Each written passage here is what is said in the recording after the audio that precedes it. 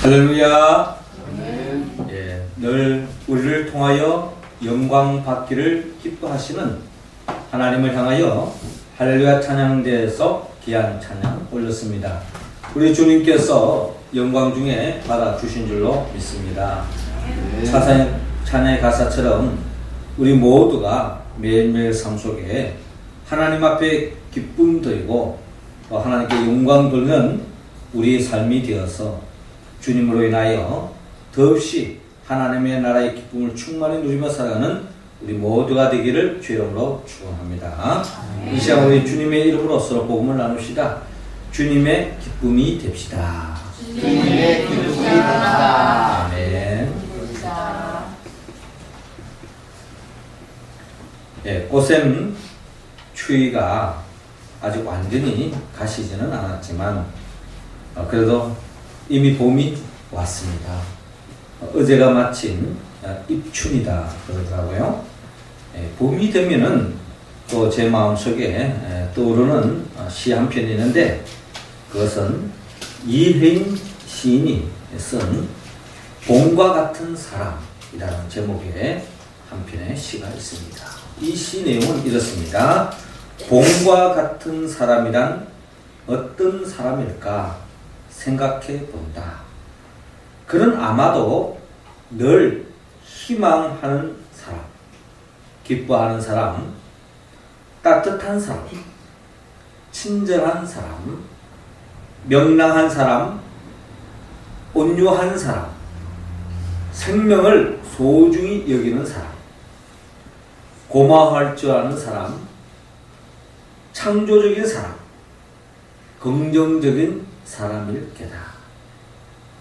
자신의 처지를 원망하고 불평하기 전에 우선 그 안에 해야 할 바를 최선의 성실로 수행하는 사람.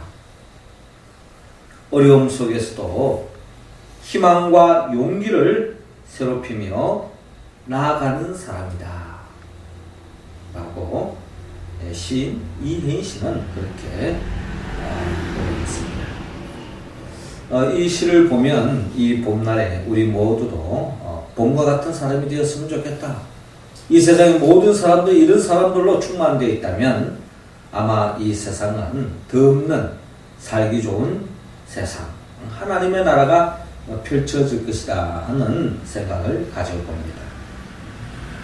봄과 같은 사람이 되고자 하는 마음은 결국 하나님 아버지께서 우리를 향한 바람이요 갈망이다라는 것입니다.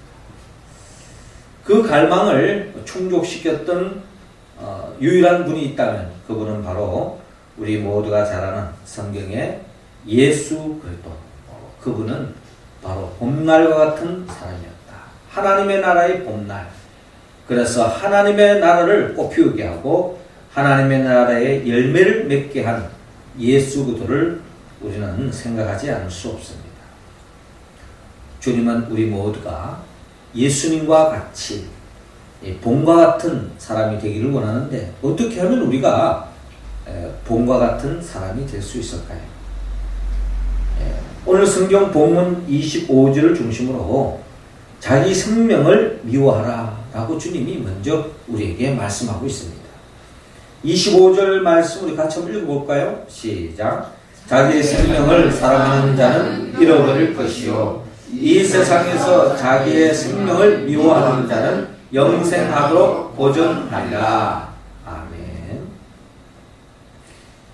예수님과 같이 이 하나님의 나라에 봄과 같은 생명이 되기 위해서는 먼저 주님은 자기 생명을 미워하라고 말씀하고 있는데 특별히 오늘 성경 본문 20절은 명절에 예배하러 올라온 사람 중에 헬라인 몇 명 있었습니다. 그들이 갈릴리 벳세다 사람 빌립에게 가서 청을 하는데 선생이여 우리가 예수를 배우고자 하나이다. 예수님에 대한 소문이 너무나도 좋게 퍼져졌기 때문에 그 예수님을 한번 만났으면 좋겠다 하는 그런 바람이 이 헬라인들에게 있었던 것 같습니다. 직접 대면하기는 힘들고 제자를 통해서 빌립을 통해서 예수님을 만나고 싶었던 거죠. 그래서 빌립이 안드레에게 가서 말하고 안드레와 빌립이 예수께 가서 여쭙습니다. 헬라인들이 예수님을 뵙고자 합니다 하는 그런 의사를 전달했겠죠. 그때 예수님께서 이런 대답을 하십니다. 인자가 영광을 얻을 때가 왔도다 라고 말씀하고 있습니다. 인자가 영광을 얻을 때가 왔도다. 예수님이 이 땅에 오신 것은 영광을 얻기 위해서 왔다. 그 영광이 뭔가? 오늘 이어지는 본문의 내용을 보면 예수님에게 있어서 영광은 세상 사람들이 알아주고 세상 사람들로부터 인정받아서 부귀영화하는 이런 어떤 영광을 이야기하는 것이 아니고 예수님은 하나님으로부터 사명을 가지고 있다는 거예요. 그래서 그 사명을 이루는 그 순간이 바로 예수님 당신 자신이 영광 얻는 순간이다. 영광 얻는 삶의 자리다. 라는 그런 인식을 가지고 인자가 예수님께서 친히 영광을 얻을 때가 왔다. 이 땅에 온 그 목적대로 목적을 이룰 때가 왔다 라고 하는 말씀을 하는데 그 목적을 이룰 때가 뭔가를 오늘 본문 24절에는 이렇게 비유로 표현하고 있습니다. 내가 진실로 너희에게 이르노니 한 알에 밀이 땅에 떨어져 죽지 아니하면 한 알 그대로 있고 죽으면 많은 열매를 맺느니라 라고 말씀하고 있습니다. 이 말씀은 우리가 봄날에 농부들이 추운 겨울이 지나면 땅을 갈아엎고 씨앗을 뿌리지 않습니까? 그 뿌려진 씨앗들이 이 봄날에 하는 일이 뭡니까? 그 씨앗들이 땅에 떨어져 죽어질 때에 거기에 싹이 나고 꽃을 피우고 많은 열매를 맺지 않습니까? 그런 과정을 보여주면서 예수님의 삶 자체가 마치 봄날에 죽어지는 한 알의 미랄과 같이 예수님께서도 죽어지는 한 알의 미랄이 될 것을 예고하고 있습니다. 그 표현을 오늘 본문 25절에 이렇게 표현하고 있어요. 자기의 생명을 사랑하는 자는 잃어버릴 것이요 이 세상에서 자기 생명을 미워하는 자는 영생하도록 보존하리라 라고 말씀하고 있습니다. 그렇습니다. 봄에 떨어진 그 씨앗들이 그 땅 속에서 그저 남아있는다고 해서 영원히 남아있는 게 아니죠. 조금 비가 오고 습도가 차면은 그게 그냥 썩어버립니다. 그렇기 때문에 그 썩기 전에 자기 자신이 스스로 씨앗이 스스로 죽어질 때 거기에 싹이 나고 거기에 꽃을 피우고 많은 열매를 맺는 거예요. 우리가 이 가을에 결실을 통해서 1년 내내 우리가 먹고 사는 문제가 해결되어지는 거 아니겠습니까? 그것은 이 봄날에 죽어지는 하나의 미랄의 희생, 죽음이 있었기 때문에 가능했다. 그런 맥락 속에서 주님께서 우리 자신이 죽어지는 하나의 미랄과 같이 자기 생명을 미워하고 죽어지는 하나의 미랄과 같은 삶을 살아야 할 것을 우리에게 권면하고 있습니다. 그 죽음, 그 현장이 바로 성경은 바로 십자가다. 예수님의 십자가의 죽음을 주님은 지금 예고하고 있습니다. 그러니까 요한복음 12장에 이르러서 이제 예수님이 죽음에 이제 곧 임박했음을 제자들에게 일러주고 있다라는 것입니다. 여러분, 예수님의 그 죽음을 이야기하면서 죽음을 미워하는 자가, 즉 생명을 미워하는 자가 영생을 얻고 영원히 보존된다라고 말씀하셨는데, 그러면 예수님은 그 생명을 미워한다는 것은 십자가의 죽음을 이야기하는데 그 죽음에 대해서 결코 두려움이 없었을까? 아마 그러지 않았을 것입니다. 예수님께서 겟세마네 동산에서 땀방울이 핏방울이 되도록 기도하면서 이 잔을 내게서 지나가게 하옵소서 3번씩이나 주님 앞에 기도했을 때 예수님 마음 또한 이 죽음에 대한 두려움이 그 누구보다 자리 잡았을 것입니다. 왜? 우리가 그렇잖아요. 물론 자살하는 사람도 있겠습니다만은 그래도 많은 사람, 보편적인 사람들은 생명에 대해서 오래 살려고, 건강하게 살려고, 죽지 않으려고 나름대로 노력하고 일하고 수고하는 게 우리 보편적인 사람들의 특징 아닙니까? 그게 생명의 특징이에요. 이러한 우리들에 있어서 주님도 죽음에 대해서 두려워하는 마음이 없지 않아 있었다 하는 것을 우리는 생각을 놓쳐서는 안 될 것입니다. 근대 최고의 조각가 로댕 있어요. 로댕의 작품 중에 칼레 시민이라고 하는 그런 조각상이 있습니다. 이 작품은 14세기 영국과 프랑스 간의 100년 전쟁이 있었는데 이 프랑스 칼레시를 대표해서 죽음을 자청했던 이를 기리기 위해서 기념적으로 세워진 동상이 바로 이 칼레 시민이라고 하는 로댕이 만든 작품. 이 작품이 만들어지는 그 배경을 보면은 이 프랑스의 이 칼레 시민들이 역사 속에서 예전에 영국과의 이제 전쟁이 있었는데 영국 군인의 입장에서 본다면 영국이 이제 프랑스를 점령하면서 이 칼레 시를 점령할 때에 한 달이면 공격하면 이 시를 차지할 것으로 생각했습니다. 그런데 이 칼레 시민들이 얼마나 저항을 했던지 결국에는 전쟁이 빨리 끝나지가 않는 거예요. 한 달이면 끝날 걸 생각했는데 1년 이상이 지날 정도로 1년이 갔어야 끝날 정도로 이 치열한 전쟁이 이루어졌습니다. 저항이 심했던 거죠. 그러므로 인해서 이 영국 입장에서 엄청난 영국 군인이 죽음을 당하고 출혈이 있었습니다. 그리고 이제 1년 만에 마침 이제 점령을 했는데 영국 국왕이 아주 화가 났어요. 이렇게 저항하다니 이 시민들을 완전히 그냥 몰살시켜라 라고 하는 명령이 내려졌습니다. 그때에 이제 신하가, 현명한 신하가 그래서는 안 됩니다. 지금도 프랑스하고 영국 간의 감정이 안 좋죠. 우리 마치 일본하고 우리 한국과 감정이 안 좋듯이 또 프랑스하고 영국 사람들로서 감정이 안 좋은데 그나마 그때 아마 전멸시켰다면 아마 그 심각은 이루 말할 수 없었을 거예요. 그런데 그 당시에 이 신하가 그러면 안 됩니다. 조금 완곡한 정책을 했으면 좋겠습니다. 그래서 제안을 했는데 거기에 나온 제안이 뭐냐면 칼레 시민을 다 죽이는 것이 아니라 그 중에 이 칼레 시민들을 위해서 죽겠다는 사람 6명만 나오면 그 사람을 대표로 죽이고 나머지는 죽이지 않겠다라는 공고가 붙어졌어요. 그때에 6명이 나온 것입니다. 그 중에 칼레시의 최고 부자가 나왔고요. 또 법률가가 나왔고 2명의 형제가 나왔고 학자가 나왔고 평범한 시민 이렇게 6명이 내가 이 칼레 시민들을 위해서 내가 죽겠노라고 그들이 자청해서 죽음을 받아들이겠다. 그래서 이제 영국이 국왕의 명령도 있기 때문에 그 6명을 죽임으로 인해서 칼레 시민들이 그 죽음의 자리에서 벗어나는 살 길을 찾는 그 같은 놀라운 역사적인 사실이 있습니다.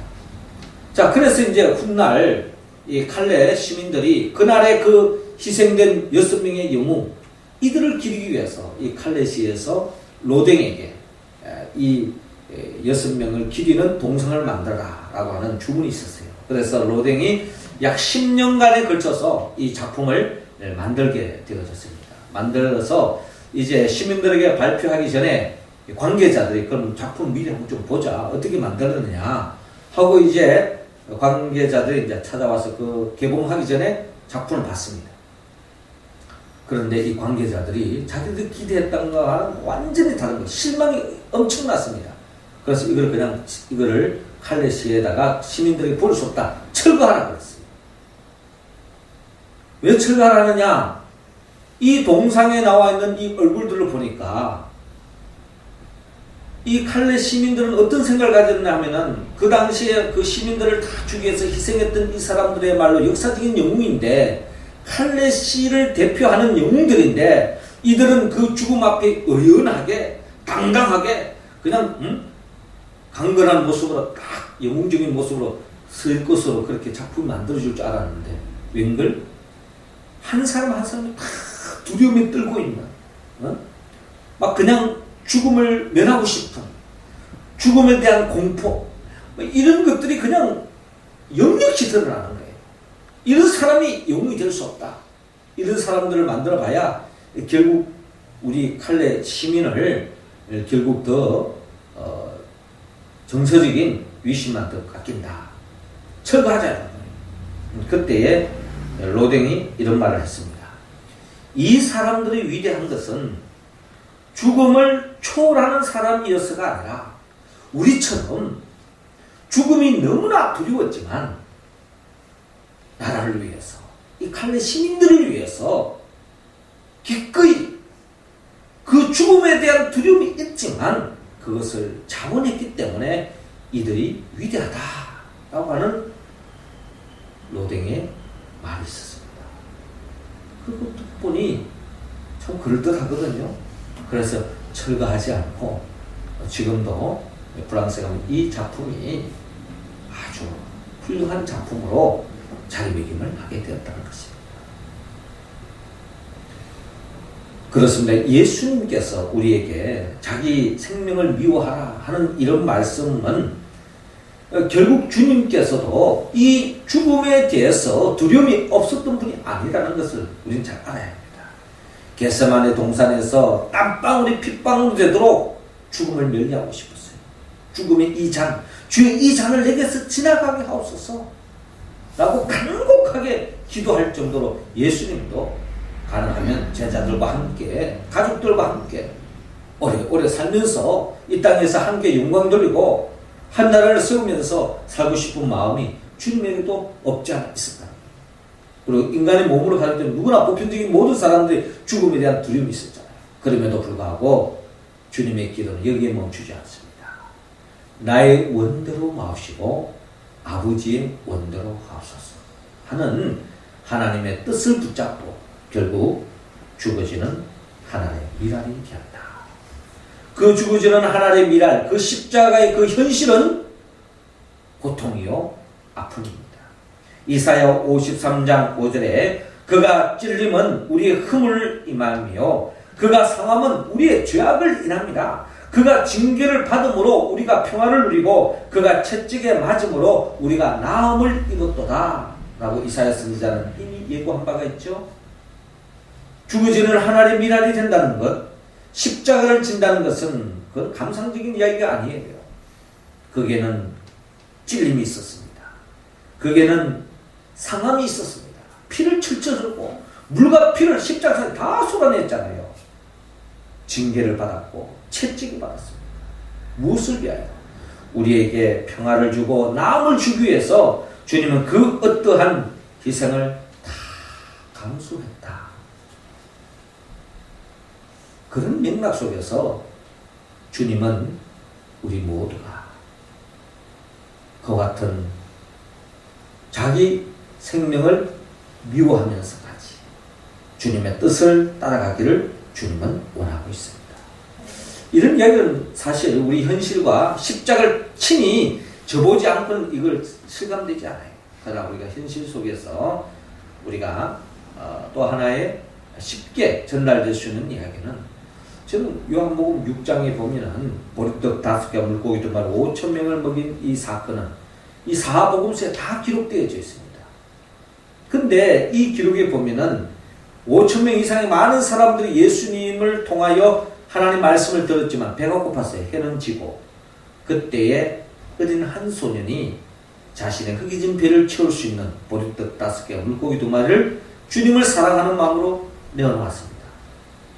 그것을 주님께서 축사하신 후에 제자들에게 마음껏 나눠줘라. 그 말씀에 순종했더니 보리떡 5개 물고기 2마리 5,000명 이상이 남는 역사. 이 놀라운 역사는 이름 모를 어린 한 소년의 어떻게 보면 자기의 허기진 배를 채울 수 있는 목숨과 다름이 없는 그것을 내어놓았기 때문에 그게 모든 사람들이 살 길이 열렸다 하는 것을 바라보면서 우리의 일상 속에서 성경에 나오는 봄과 같은 사람의 특징은 이처럼 죽어지는 하나의 미랄처럼 이를 모를 한 소년처럼 자기의 그 소중한 것을 내어놓음으로 인하여 모든 사람들이 다 되버리고 행복해지는 그 역사를 누린 것을 바라봅니다. 그러므로 우리 모두도 죽어지는 하나의 미랄처럼 주님이 주셨던 그 십자가의 길을 사랑하며 주님을 닮아가는 진정한 봄날과 같은 생명이 다 될 수 있기를 주님으로 축원합니다.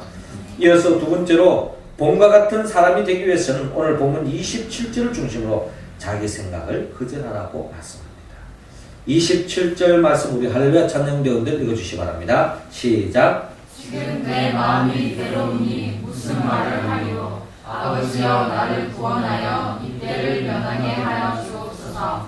그러나 내가 이를 위하여 이때에 왔나이다. 아멘. 자, 오늘 성경 본문 27절에 예수님께서 겟세마네 동산에서 기도했던 내용이 부분적으로 나옵니다. 지금 내 마음이 괴로우니 무슨 말 하리요. 아버지여 나를 구원하여 이때를 면하게 하여 주옵소서. 그러나 내가 이를 위하여 이때에 왔나이다. 아버지여 아버지의 이름을 영광스럽게 하옵소서. 즉 주님은 하나님의 영광을 위하여 이 땅에 오셨음을 인식하고 그 하나님의 영광을 드러내기 위해서 결국에는 자기의 생각을 접는 예수님을 바라볼 수 있습니다. 예, 조금 전에 나눴습니다만 예수님은 자기의 분명한 생각, 이 잔을 내게서 지나가게 하옵소서 하는 것이 자기의 생각이었지만 그러나 자기 생각을 접고 하나님 아버지의 영광을 위하여 하나님 아버지의 생각을 붙잡았던 예수님을 바라볼 수 있습니다. 우리가 일제시대 때에 일본의 신사참배로 한국 교회가 엄청난 핍박을 받았습니다. 그 당시에 조선의 가장 대표적인 교회가 평양에 있었는데 평양의 이 산정현 교회에 거기에 마침 담임 목사님이 없었습니다. 결혼이 된 거죠. 그래서 그 교회에 심호하고 있던 장로님이었던 조만식 장로님이 부산 작은 교회를 섬기고 있는 그리고 오산학교의 조만식 장로의 제자였던 주기철 목사님을 찾아갔습니다. 그래서 부산까지 이제 찾아가가지고 부산의 작은 교회를 섬기고 있는 그 주기철 목사님에게 우리 이 산정현 교회, 그 당시 평양에서 그리고 한국에서 제일 큰 교회, 그게 담임 목사로 좀 심우했으면 좋겠습니다 하고 이렇게 청빙을 했습니다. 청빙 요청을 한 거죠. 그랬더니 주기철 목사님이 저는 제가 심우하는 교회도 있고 저는 갈 수 없습니다 하고 거절을 했어요. 그런 식으로 3번씩이나 조만식 장로님이 찾아갔는데도 불구하고 계속 주기철 목사님이 거절을 했습니다. 그때 이제 조만식 장로님이 마지막으로 이제 고민해보다가 청빙해보다가 안 되니까 이런 말씀을 했어요. 목사님, 우리가 목사님을 모시려고 하는 것은 우리 산정경 교회가 한국에서 제일 큰 교회지만 이 교회를 통해서 목사님이 무슨 명예를 얻게 하기 위해서 또 부귀영화를 누리게 하기 위해서 모시는 게 아닙니다. 지금 아시다시피 일제시대고 또 신사참배에 대한 위협이 있습니다. 그런 속에서 한국교회를 대표하는 이 산정경 교회에 목사님이 부임하셔서 정말 신앙의 절개, 신앙의 순수성, 어떤 일이 있더라도 신사참배하지 않는 그런 신앙의 순결을 지킬 수 있는 목사님이 필요합니다. 그래서 목사님을 우리가 청빙하려고 했는데 목사님이 다시 한 번 더 고려해 주십시오 하는 생각을 내어놓았습니다. 주기철 목사님은 그제서야 이 장로님을 통하여 하나님 뜻이 여기 있구나 하는 생각을 가지고 그때 주기철 목사님이 계속 완곡하게 거절했지만 생각을 바꾸고 이 산정현 교회에 부임하게 되어졌습니다. 그리고 주기철 목사님은 끝까지 이 신사참배하지 않고 6년 동안 신사참배하지 않으므로 옥생을 하다가 결국 옥에서 순교를 당하는 그와 같은 역사적인 사실이 있습니다. 이처럼 주기철 목사님은 자신이 그 신앙의 그 순수성을 지키는 것, 신사참배하지 않는 것이 하나님이 기뻐하시는 뜻, 하나님의 생각을 받아들이고 자신의 목회에 대한 나름대로의 생각을 집어넣고 하나님 아버지의 뜻을 붙잡았던 주기철 목사님이 계시기 때문에 그나마 이 한국교회가 믿음의 순수성을 지켜오고 또 지금도 그 신앙의 순수성을 바탕으로 교회가 그래도 근거한 교회로 오늘날 자리 잡게 된 것 또한 이와 같은 자기 생각을 내려놓고 주님의 생각을 붙잡는 주기철 목사님과 같은 분이 계셨기 때문이다 하는 생각을 가져봅니다. 성경 속에 우리는 예수님의 두 번째 표적도요 마찬가지입니다. 가나의 혼인잔치집에 흥이 깨질 수밖에 없는 참담한 현실 속에 종들에게 말합니다. 항아리에 물을 채워놔라. 그리고 연회장에게 그 물을 떠서 갖다 줘라. 자, 종들도 자기 나름대로 생각이 있습니다. 물을 떠가 와가지고 그 물을 떠서 연회장에 갖다 주고 사람들에게 그 포도주라 갖다 주라. 이 말도 안 되는 이야기죠. 어디 핀잔을 받으려고.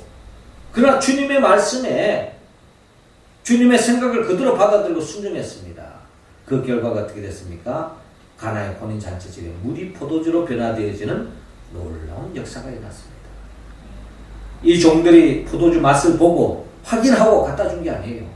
그냥 물을 채워라. 그 물을 떠서 여러 갖다 주어라. 그냥 순종한 겁니다. 자기의 생각을 내려놓고 주님의 생각을 붙잡는 그 순간에 이와 같은 놀라운 표적이 나타나고 덮는 주님으로 인하여서 그 혼인잔치집에 봄날과 같은 기쁨이 넘치는 축제의 역사가 펼쳐졌다는 겁니다. 우리의 삶도 우리의 생각을 내려놓고 주님의 생각을 붙잡고 나아갈 때에 저와 여러분들이 봄날과 같은 주님과 같이 저와 여러분들을 통해서 우리 교회 속에 우리 가정 속에 이 역사 속에 기쁨이 넘치는 하나님의 나라가 펼쳐질 줄로 믿습니다. 이 역사의 주인공이 다 될 수 있기를 주의 이름으로 축원합니다. 마지막 세 번째로 주님은 우리 모두가 자기 십자가를 택하라, 붙잡아라고 말씀합니다. 32절 우리 같이 한번 읽어볼까요? 시작. 내가 땅에서 걸리면 모든 사람을 내게로 이끌겠노라 하시니. 아멘. 자, 예수님께서 오늘 보면 32절 내가 땅에서 들리면 모든 사람을 내게로 이끌겠노라. 구체적으로 예수님이 어떻게 죽음을 당할 것인가, 즉 십자가에 못 박혀 죽음을 구체적으로 주님께서 표현하고 있습니다. 십자가에 못 박혀 죽을 것을 제자들에게 예고하고 있다는 것입니다.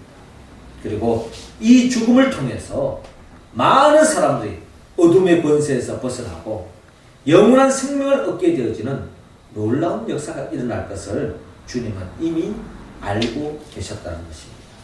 그리고 주님은 이 십자가를 통해서 죽음으로 끝나는 것이 아니라 죽음 그 이후에 3일 만에 부활하시는 이 부활의 영광, 하나님의 축복이 기다리고 계시다는 것을 주님은 이미 알고 계셨다 하는 것입니다. 이처럼 십자가는 십자가의 고난으로 끝나는 것이 아니라 반드시 부활의 영광으로 나아갑니다. 이게 바로 십자가의 비밀이죠. 인도의 성자 썬다싱의 일화로 잘 알려진 이야기입니다만 어느 날 자기 친구와 함께 히말라야 산을 넘어서 이 복음 전하러 갔습니다. 이제 가는 가중에 마침 해는 점점 져가는데 그 히말라야 산이 얼마나 참 춥고 힘들겠습니까? 그런데 그 산 밑에 자락에 한 사람이 의식을 잃고 그의 죽음에 임박할 정도로 어려움에 처해 있었습니다. 그래서 썬다싱이 이 어려움에 처해 있는 사람은 두고 갈 수 없다. 우리가 같이 힘을 모아서 같이 산을 건너고 보험 전거하고 어떻게든 이 사람 살려야 되지 않겠느냐. 친구가 우리는 남들 바쁜데 뭐 그 사람 친구 하다가 뭐 아무 일도 못한다. 그냥 두고 가자라는 거예요. 그래서 친구는 의견 분분하다가 먼저 갔습니다. 그런데 선다싱은 그 사람 그냥 놔두 가다가는 죽을 것 같아서 업고 갔어요. 같이. 일단 업고 가자. 그래서 높은 산을 이제 넘으려고 가고 있는 과정인데 한참 가다 보니까 땀을 뻘뻘 흘리고 가고 있는데 친구가 이미 얼어 죽어 있는 것입니다. 너무나 날씨가 추웠고 또 그 추위를 견디지 못하고 죽었던 거예요. 그런데 이 선다싱은 이 한 사람을 업고 가니 이 체온이 남들 보존되어지고 업고 가면 또 땀이 얼마나 나겠습니까? 추위를 이길 수 있는 거예요. 그 두 사람이 같이 추위를 이기면서 그 산을 넘어가는 가운데 있었기 때문에 추위에 떨지 않고 결국 죽지 않고 결국 그 산을 넘어갔다 하는 그런 일화가 있습니다. 저는 이런 이야기를 들을 때에 우리의 삶 속에 우리는 때로는 하나님이 우리에게 원치 않는 이와 같은 혹을 붙여줄 때가 있어요. 그 혹이 때로는 친구가 될 수도 있고 가족이 될 수도 있고 또 돈이 내 인생의 혹이 될 수도 있고 육체의 무슨 병이 내 인생의 혹이 될 수도 있습니다. 그러나 여러분 주님이 하나님의 자녀에게 주신 그 혹은요 결코 그것이 불행으로 끝나지 않습니다. 지금은 그것을 걷어내고 싶고 이거 그냥 없앴으면 좋겠습니다.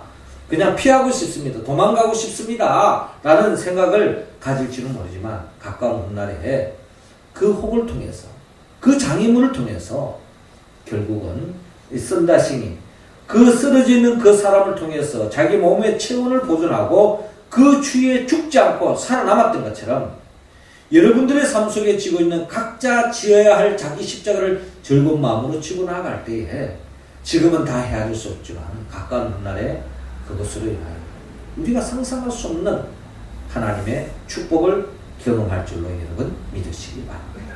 네. 예수님이 십자가에 못 박혀 죽음이라고 하는 이 십자가 이것이 없었다면 저와 여러분들 구원받을 수 있겠습니까?